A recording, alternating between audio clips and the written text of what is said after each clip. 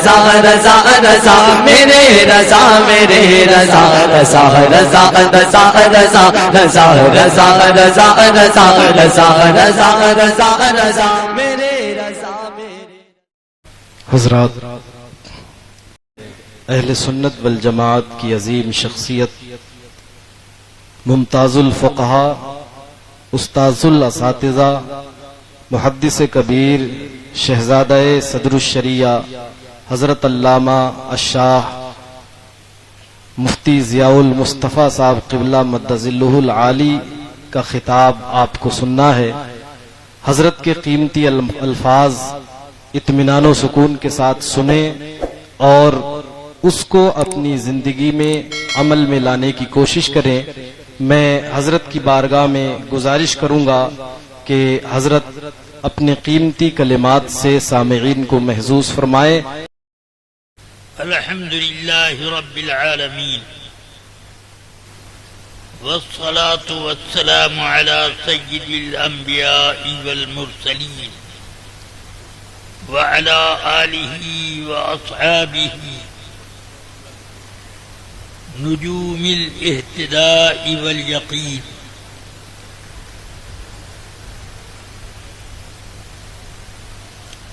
اما بعد، فاعوذ باللہ من الشیطان الرجیم. بسم اللہ الرحمن الرحیم. انما یخشى اللہ من عباده العلماء. صدق اللہ العلی العظیم. نہایت احترام اور عقیدت کے ساتھ سید کائنات صلی اللہ علیہ وسلم کی بارگاہ بے کس پناہ میں نذرانے درود و سلام پیش کریں. اللہم صلی علی سیدنا و مولانا محمد معدن الجود والکرم و آلہ و صحبہ و بارک وسلم. کل کے وقت میں 17 منٹ باقی ہیں اور اب مجھے حکم ہوا ہے کہ میں تقریر کروں. نمبر 1، میں تقریر کرتا ہی نہیں، جلسہ گاہ میں آتا ہوں تو درس گاہ لے کر آتا ہوں، اور درس و تدریس کے لیے ایک وقت اور ایک موڈ چاہیے. نہ اس وقت میں حاضر دماغ ہوں اور نہ اس وقت میرے پاس وقت ہے. بہرحال آج سرکار آقائے نعمت سیدی و مرشدی سرکار مفتی اعظم رضی اللہ تعالی عنہ کا عرس اور ان کا فاتح قل شریف ہونے والا ہے. حضور سرکار مفتی اعظم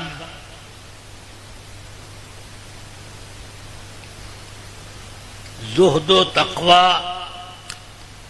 علم و دانش اور اپنے رعب و جلال کے ساتھ قبول با کمال میں بے مثال شخصیت تھے. اس قدر آپ کے تقوی کی شان تھی کہ چل نہیں پاتے تھے تو لوگوں کے کاندھوں کا سہارا لے کر باجماعت نماز پڑھنے کے لیے مسجد میں تشریف لاتے. اور یہ حال تھا کہ لمبی لمبی تراویح بھی سنتے.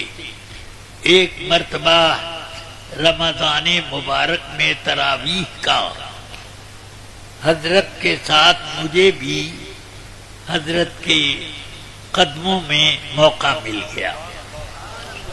ایک حافظ صاحب سنبھل کے تھے مگر سنبھل نہیں پاتے تھے. اور انہوں نے قرآن شریف کی تلاوت کی، سخت جاڑا کڑکڑاتا ہوا، ہم لوگوں کی ایڑیاں پھٹ پھٹ گئی۔ چند دنوں میں کسی روز 36 رکعت، کسی روز 32 رکعت تراویح پڑھتی اتنی لمبی لمبی تراویح، ذرا زیر و زبر کا فرق پڑتا، جس میں معنی کا فساد ہوتا، علماء بھی اس کو نہ سمجھ پاتے، مگر حضرت سمجھ لیتے، فرماتے پھر سے پڑھو، نماز نہ ہوئی۔ اس طرح سے لے کر 20 رکعت کی تراویح 36-34 رکعت تک پہنچ جاتی۔ کبھی ایک آدھ مرتبہ ایسا ہوا کہ چلہ بھی پورا ہو گیا۔ بہرحال ایک روز وہ سورہ حجرات شریف پڑھ رہے تھے، تو اس میں وَلَٰكِن كَرَّهَ إِلَيْكُمُ الْكُفْرَ وَالْعِصْيَانَ حَبَّبَ إِلَيْكُمُ الْإِيمَانَ وَكَرَّهَ إِلَيْكُمُ الْكُفْرَ وَالْعِصْيَانَ۔ یہ آیت انہوں نے بالکل الٹ کی، حبب الیکم الکفر وکرہ معاذ اللہ الیکم الایمان، اس طرح انہوں نے پڑھ دی۔ فوراً آپ گرج اٹھے، نماز توڑو معاذ اللہ، لا الہ الا اللہ۔ یہ شان، سبحان اللہ، ہم لوگوں کے تو پاؤں پھٹ جاتے، مگر سرکار مفتی اعظم اپنی نماز پوری کرنے میں یہ نہ دیکھتے تھے کہ کتنی رکعت ہوئی، کتنا وقت ہوا۔ سمجھ رہے؟ بڑھاپے میں یہ کام آسان نہیں ہے، مگر میرے آقا نعمت کیا شان، سبحان اللہ۔ میں نے کبھی سرکار مفتی اعظم کو نہ پایا کہ اپنے کسی کام کی فرمائش کسی سے کی ہو، کسی سے کوئی چیز مانگی ہو، ہٹیے کہ اپنے تخت پر مسند نشین تھے، لکھنے میں مصروف، قلمدان میں قلم رکھ کر یوں کبھی پھیرتے، لکھتے جا رہے ہیں، پھر یوں میں پھر فرمانے لگے، نہ معلوم آج گلے میں خشکی کیوں محسوس ہو رہی ہے۔ میں سمجھ گیا، میں نے کہا بابو میاں جلدی سے ایک گلاس پانی حضرت کو پینے کے لیے لے آؤ۔ وہ لے آئے، پیا۔ الحمدللہ۔ اب میں پوچھتا ہوں، ایک گلاس پانی مانگنا، وہ بھی اپنے گھر کا، کیا مشکل، کیا کرا ہے؟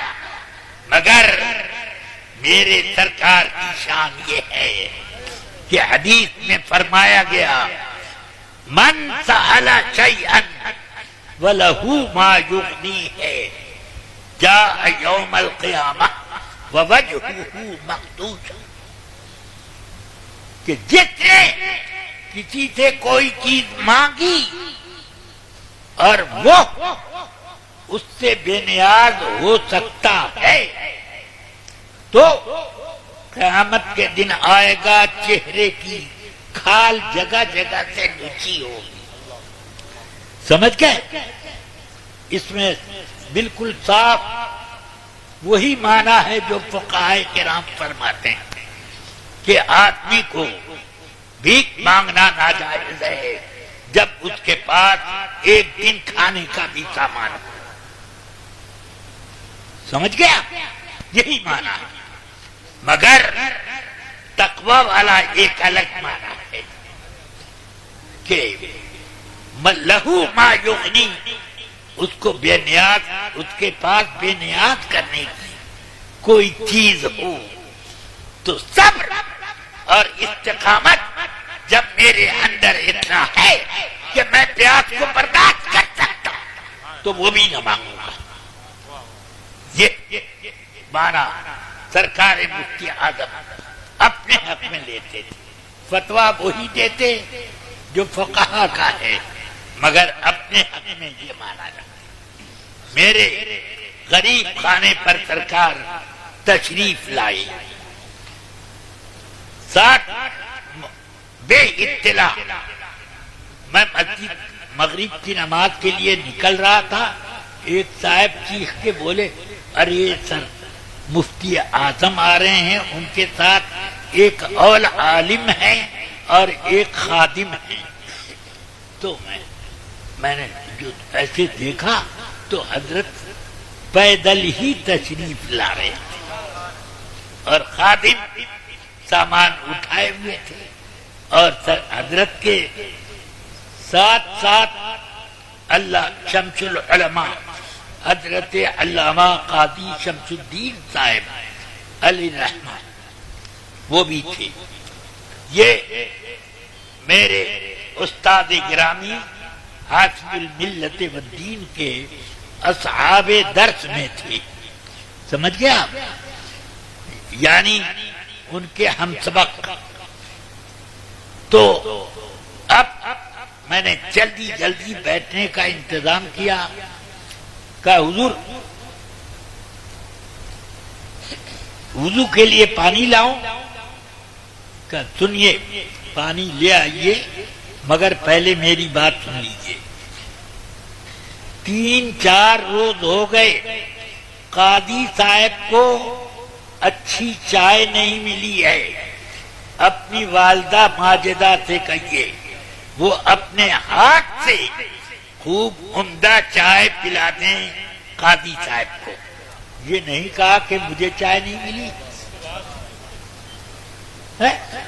کیسے قاضی صاحب کا درد محسوس ہوا اور اپنی ضرورت کا احساس رہا. کیا بات؟ سنو، اپنے لیے فرمائش کرنا ایک یہ سوال ہے، اور قاضی صاحب کے لیے آپ نے کہا یہ سفارش ہے، اور سفارش سنت. سبحان اللہ، یہ ہے تقویٰ، تقوی کی یہ شان. ایک بار میں بارگاہ اقدس میں حاضر تھا. سرکار نے اس روز اپنے تخت پر ایک مسند اور لگوائی. تھوڑی دیر کے بعد میں نے کہا یا اللہ، یہ 2 مسند حضرت کیوں لگوا رہے ہیں؟ تو تھوڑی دیر بعد حضور برہان ملت تشریف لائے، اس پر بیٹھ گئے. آہستہ آہستہ دونوں حضرات میں کچھ گفتگو ہو رہی تھی، اور میں ایسے ذرا سا گردن آگے بڑھا کر گفتگو سن رہا تھا. اس نیت سے نہیں کہ راز کا بھاڑا پھوڑیں گے، اس لیے کہ بزرگوں کی باتوں میں کچھ عمدہ چیزیں ملتی، فائدے کی چیزیں ملتی. اس میں ایک جملہ حضرت کا مجھے خوب اچھی طرح یاد.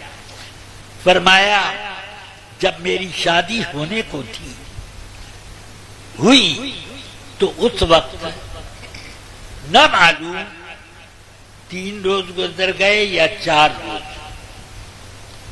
میں نے کھانا نہیں کھایا، بالکل کھانا ہی نہیں کھایا. تو فرمایا برہان ملت نے حضور شادی کی خوشی میں بھوک نہ لگی ہوگی. بزرگوں کے کچھ آفت کے فواقع نہ. فرمایا جی نہیں، یہ بات نہیں، دراصل بچپن سے میری یہ عادت ہے کہ میں نے مانگ کر کبھی نہیں کھایا. کہاں سے مانگنا تھا؟ کہاں سے؟ کسی دوسرے کے دروازے سے. اپنے گھر میں اپنی چیز کو نہیں مانگا. میں نے مانگ کے کبھی نہ کھایا. ذرا تقویٰ کی اس گہرائی میں جاؤ، تب پتا چلے گا کہ سرکار مفتی اعظم کیا تھے.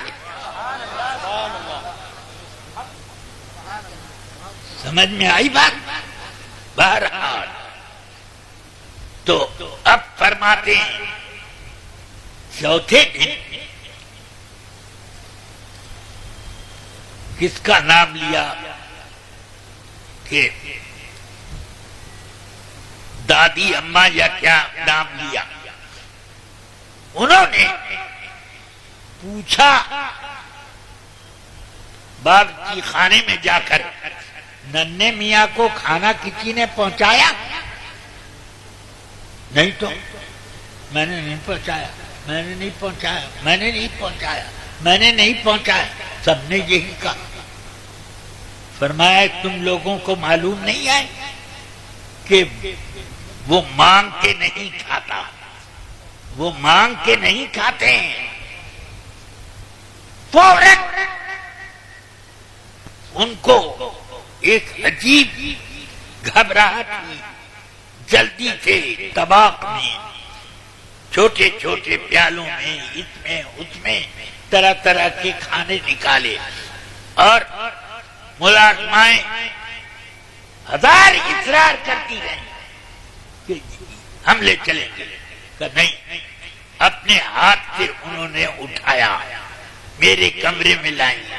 فرمانے لگی ننھے میاں ہم لوگوں کو معاف کر دینا، ہم کو مہمانوں کی کثرت کی وجہ سے تمہاری طرف دھیان نہ گیا، معاف کر دو، معاف کر دو. اور پھر اپنے ہاتھ سے نوالا بنا بنا کر مجھے انہوں نے کھلایا. اب ذرا آپ اندازہ کرو کہ سرکار مفتی اعظم کیا تھے، بچپن میں کیا تھے، تو آگے کیا رہا. الحمدللہ میں اسی سرکار کا غلام ہوں.